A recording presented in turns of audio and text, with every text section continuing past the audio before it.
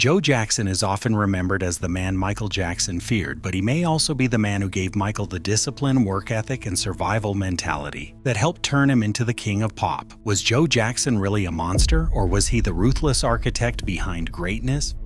Fountain Hill, Arkansas, 1928. Joseph Walter Jackson is born the eldest of 5 in a 2-room shack pressed against cotton fields and pine woods. His father, Samuel, works the land, and his mother, Crystal, cleans for white families. The Great Depression leaves little but hunger and hard work for black families like theirs. Joe learns early to stretch a meal, to patch a shirt, to keep his head down in a world that rarely looks back. Yet inside Mount Olive Baptist Church, something stirs. The choir's hymns fill the air, and Joe's tenor voice rises above the congregation. For a few hours each week, he is not just another boy in worn shoes. He is someone who can be heard. But outside those walls, opportunity is scarce. School records from Miller School show Joe's quick mind, but 8th grade is as far as he will go. When Samuel dies in a farm accident, the family's fragile security disappears. At 17, Joe's name appears on a 1945 Pennsylvania Railroad manifest, one of many heading north in search of work. Gary, Indiana promises steady pay but delivers only night shifts at the steel mill in neighborhoods divided by color lines. Every dollar is saved. In 1947, Joe buys a battered guitar from a pawn shop, his first real possession and a symbol of hope. He forms a blues trio, playing church socials and street corners, chasing applause that rarely comes. The city's doors stay closed, but Joe's resolve hardens. If the world will not open for him, he will force it open for his children.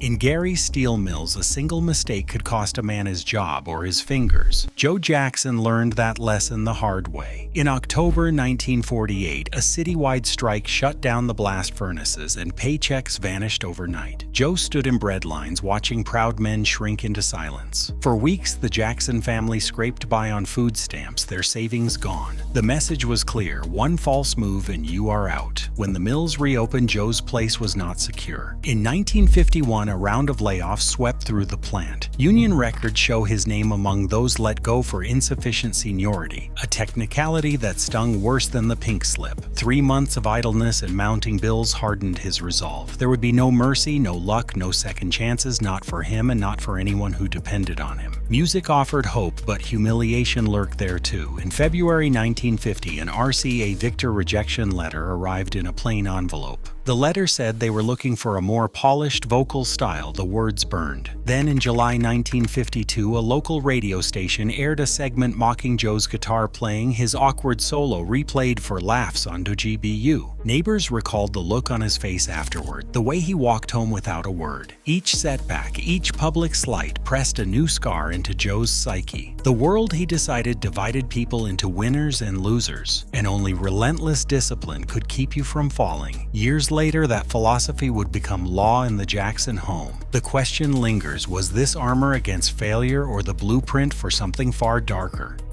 A battered upright piano, a second-hand drum kit. Joe Jackson lined his sons up in the living room, the clock ticking loud against the walls, and handed out instruments like assignments. In 1965, the Jackson 5 became a project of obsession. The schedule was military: 6 days a week, 9 in the morning until the sun dipped behind Gary's smokestacks. The boys practiced scales and harmonies until their voices cracked. A metronome clicked out the seconds, unforgiving, as Joe demanded every note land with mechanical precision. Miss a beat and the song started over. Miss it again and the punishment was another hour, sometimes 2, of drilling the same passage again and again until muscle memory replaced fear with something colder. Costumes were not just for show. Joe bought matching suits from a neighborhood tailor, inspecting each seam for flaws, shoes polished to a mirror shine. He insisted that the brothers look like a single unit. No one out of step, no one out of line. Choreography was drilled in front of a full-length mirror, arms and legs moving as one. There was no room for improvisation, no tolerance for sloppiness. Mistakes brought sharp words, sometimes worse. The youngest, Michael, was often held back after everyone else had gone, forced to repeat high notes until his voice trembled. Inside this daily grind, something happened. Talent became discipline, discipline became polish. The Jackson 5's timing, their harmonies, their stage presence, none of it was luck. It was forged in sweat and repetition, under the watchful, unyielding eyes of a father who believed that survival depended depended on perfection. But as the music grew tighter, so did the tension. Each day, the line between love and fear blurred a little more. Was this the price of greatness or the beginning of a wound that would never heal?